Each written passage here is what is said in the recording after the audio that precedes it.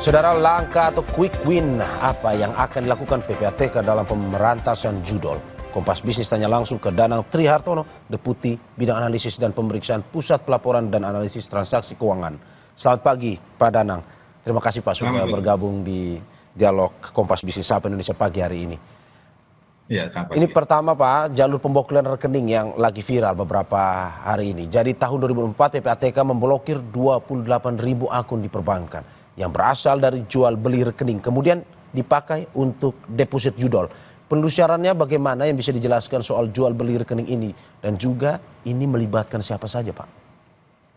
Baik, begini Mas, jadi berdasarkan analisis dan pemeriksaan kami sesuai dengan tugas fungsi PPATK, kami menemukan bahwa banyak sekali rekening-rekening hasil jual beli rekening itu yang digunakan untuk deposit judi online aja tahun kemarin sampai 28.000. Belum lagi kita temukan juga di tindak pidana penipuan, tindak pidana peretasan, tindak pidana narkotika, bahkan tindak pidana korupsi pun sudah memakai orang lain melalui aktivitas jual beli rekening. Nah, ini sehingga sangat masif sekali dan perlu perhatian kita bersama. Jadi kalau kita cermati jual beli rekening ini ada dua gitu ya. Memang yang pertama atas niatan nasabah karena kebutuhan ekonomi, dia mau dibujuk, dirayu untuk menjual, membuka rekening lalu dijual. Lalu yang kedua, jual beli rekening hasil dia melakukan peretasan, hasil dia membeli dari oknum dan sebagainya dari rekening-rekening dorman. Nah, itu yang berdasarkan analisis kami, itu kami ketahui seperti itu, Mas. Demikian. Oke. Dari pantauan PPATK dan informasi yang didapatkan oleh PPATK, siapa yang paling banyak jadi korban dalam jual beli rekening ini, dan bagaimana sebenarnya modusnya Pak? Ya, kalau jual beli rekening sebenarnya tidak ada korban ya, dalam arti korbannya adalah korban yang tanpa sepengetahuan rekening yang memang dia tidak gunakan, yang dia udah lama tidak aktif dan mungkin saldonya sudah sangat minim. Nah, ini diambil orang tanpa sepengetahuan, itulah dia korban. Tapi kalau dia dengan niat sendiri membuka rekening lalu menjual, itu bukan korban dia. Ya. Artinya dia memang ada kebutuhan ekonomi ataupun apa alasannya, dia dengan sengaja menjual. Itu banyak juga seperti itu. Demikian. Oke, selain dia buka sendiri, apakah ada modus-modus lain Pak? Dalam arti bahwa tadi Bapak sudah menjelaskan bahwa ada kesengajaan untuk membuka rekening dan dilakukan untuk itu. Tetapi apakah ada modus-modus lain selain itu atau bagaimana? Ya, seperti saya sampaikan tadi, ada rekening dorman. Ya. Ini tiba-tiba aktif tanpa sepengetahuan dari pemilik rekening. Jadi kami mengetahui hal ini berdasarkan penghentian kami penghentian di rekening semua rekening bank mereka, lalu mereka keberatan, Pak, yang rekening dihentikan rekening itu dorman. Nah, ini kenapa bisa aktif, kan tentu ada entah dia rekeningnya diretas, entah apa istilahnya dalam tanda kutip ada oknum internal yang memanfaatkan itu, sehingga kami perlu memitigasi, melindungi nasabah. Kami hentikanlah rekening dorman itu supaya tidak disalahgunakan oleh orang lain. Jadi intinya adalah seperti itu. Niat kami adalah untuk perlindungan nasabah. Oke.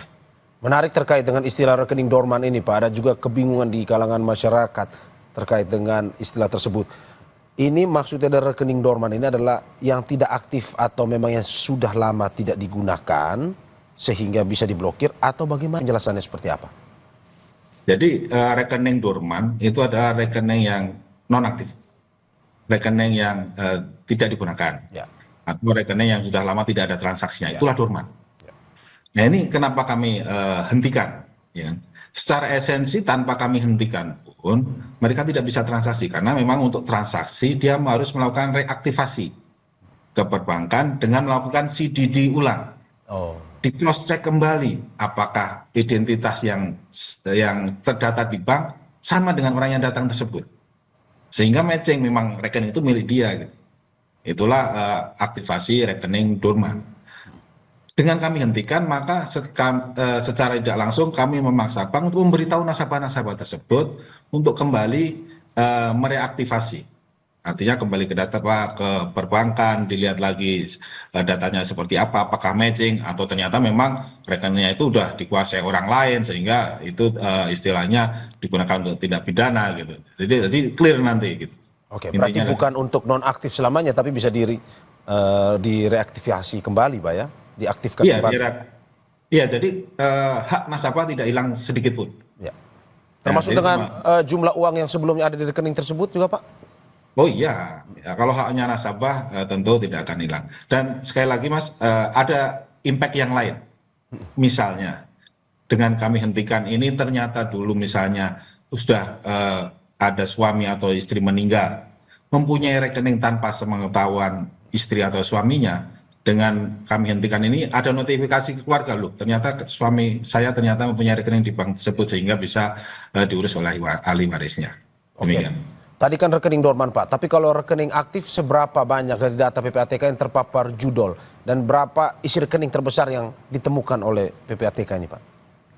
Ya, kalau rekening aktif Ya. itu levelnya udah di atas ya. Ya. Jadi kalau rekening deposit ini rata-rata dipakai sebentar, habis itu pindah lagi, pakai sebentar, pindah lagi ke rekening yang layer berikutnya gitu ya.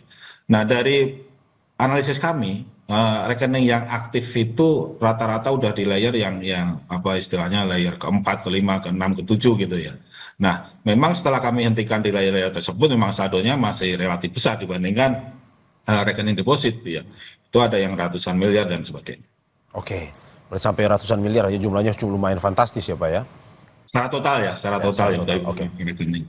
Oke, Pak, ini kalau kita bertanya langsung, straight to the point ya, quick win yang akan dilakukan PPATK konkretnya seperti apa? Sebab kata PPATK juga, tanpa perlawanan atau intervensi, ini putaran judol bisa capai 1.200 triliun atau lebih dari sepertiga penerimaan APBN. Ya, itu adalah prediksi apabila pemerintah tidak melakukan tindakan apapun. Oke, Nah, dengan tindakan pemerintah yang dilakukan sejak tahun 2024 sampai dengan saat ini, kalau kita lihat statistik pada kuartal pertama 2025 ya, itu sudah mengalami penurunan ya. Tahun lalu deposit perjudian online yang dilakukan oleh masyarakat itu teridentifikasi sebesar 51 triliun ya, total itu. Jadi 51 triliun uang masyarakat yang didepositkan untuk judi online.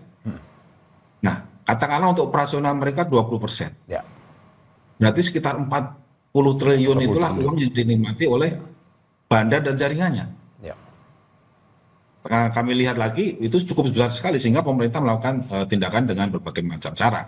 Nah, kami lihat di kuartal pertama ini turun. Jadi kurang lebih depositnya itu sekitar 7 triliun lah ya. Artinya kalau kita lihat dari kuartal yang tahun lalu itu jauh menurun, kurang lebih ya 50% lah cukup menurun. Pemainnya kurang lebih 1 juta teridentifikasi masih bermain di kuartal pertama 2025.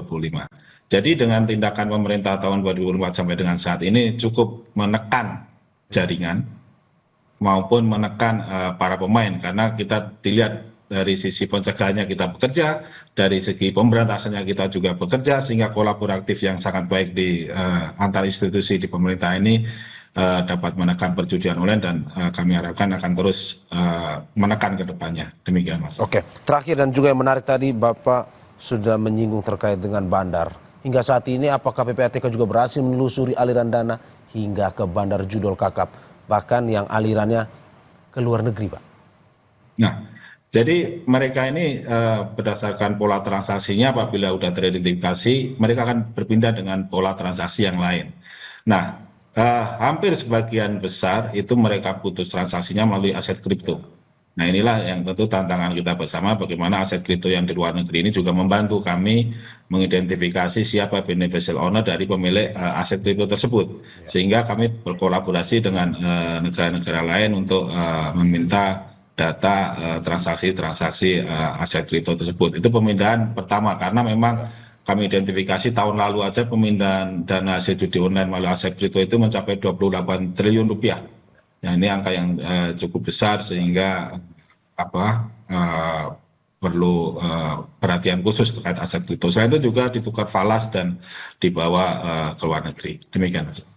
Terima kasih Pak Danang Trihartono, Deputi Bidang Analisis dan Pemeriksaan Pusat Pelaporan dan Analisis Transaksi Keuangan atas apa yang disampaikan. Semoga literasi ini bisa memberikan informasi kepada masyarakat terkait bahaya judol dan juga kepada masyarakat terkait dengan menjauhi apapun yang dekat dengan praktik judol tersebut. Terima kasih Pak Danang atas apa yang disampaikan. Sehat-sehat selalu. Terima kasih. Saudara jangan kemana-mana, Sapa Indonesia Pagi akan segera kembali dengan informasi lainnya. Salah satunya hari ini Asosiasi Pengemudi Ojek Online